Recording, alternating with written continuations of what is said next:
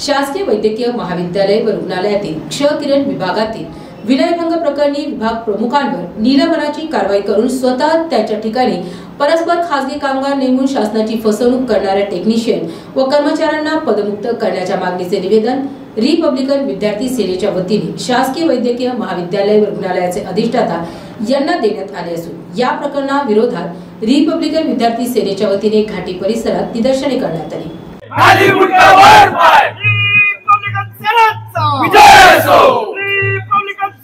शासकीय वैद्यकीय रुग्णालय घाटी या ठिकाणी महाराष्ट्रभरातून कर्मचारी उपचारासाठी येतात, परंतु या ठिकाणी प्रशासनाचा बेजबाबदारपणा सातत्याने रुग्णांच्या मुळावरती उठत आहे।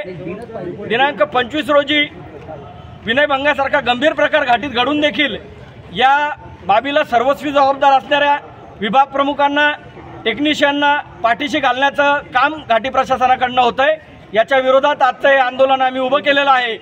सातत्याने रुग्णांच्या वेगवेगळ्या तक्रारी या ठिकाणी प्रशासना संबंधित आहेत, परंतु डीन महोदयांकडून यावरती कुठल्याही प्रकारची कारवाई होत नाही। बेजबाबदारपणे डीन महोदय वागतात। या ठिकाणी मोठ्या संख्येने वृद्ध असतील, बालक असतील, हे रुग्ण उपचारासाठी या ठिकाणी येतात, परंतु त्यांच्यासोबत अशा पद्धतीचा खेळ केला जातोय। परस्पर कायम कर्मचारी हे डमी कॅन्डिडेटची नेमणूक करून या ठिकाणी सेवा बजावतात आहेत। ही खऱ्या अर्थानं शासनाची फसवणूक आहे आणि असा प्रकार जर या ठिकाणी सातत्याने असा सुरू असेल तर निश्चितपणे इथल्या प्रशासनाला आम्ही काळं फासल्याशिवाय राहणार नाही। क्षकिरण विभागामध्ये एक मुलगी त्या ठिकाणी एक्सरे काढण्यासाठी गेली असता तेथील असणारा पुरुष जो की खाजगी कॉन्ट्रॅक्टी कर्मचारी होता, जो घाटीप्रमाणे संबंधित नव्हता, त्यांनी अत्यंत लज्जा वाचेल असा प्रकार त्या मुलीसोबत केला होता। कपडे काढून तिला एक्सरे काढण्याचा प्रकार त्या ठिकाणी केला होता।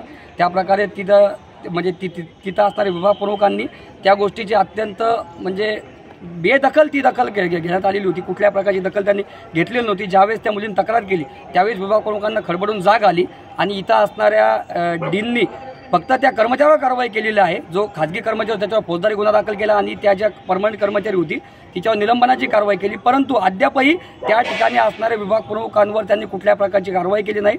वर्षा रोटे यांच्यावर कारवाई का होत नाही हाच आमचा त्या ठिकाणी डीन शिवाजी सुकरे यांना सवाल आहे की त्या राजकीय पुढाऱ्यांच्या कोणी नातलग आहेत का किंवा तुमच्या काही हित संबंधाचे आहेत का, म्हणून तुम्ही त्यांच्यावर काही कारवाई करत नाहीत का? याच्यामध्ये काय आर्थिक वटबंगाल झालंय का? कारण की जर कर्मचारी दोषी असेल तर त्याला विभाग प्रमुख दोषी मानलाच पाहिजे, कारण कर्मचाऱ्यांनी जर काही चूक केली तर विभाग प्रमुख दोषी आहेत ना। कारण की तो कर्मचारी काय 2-3 दिवसापासून काम करत नव्हता, जवळपास 4-5 महिन्यापासून तो त्या ठिकाणी कामाला होता।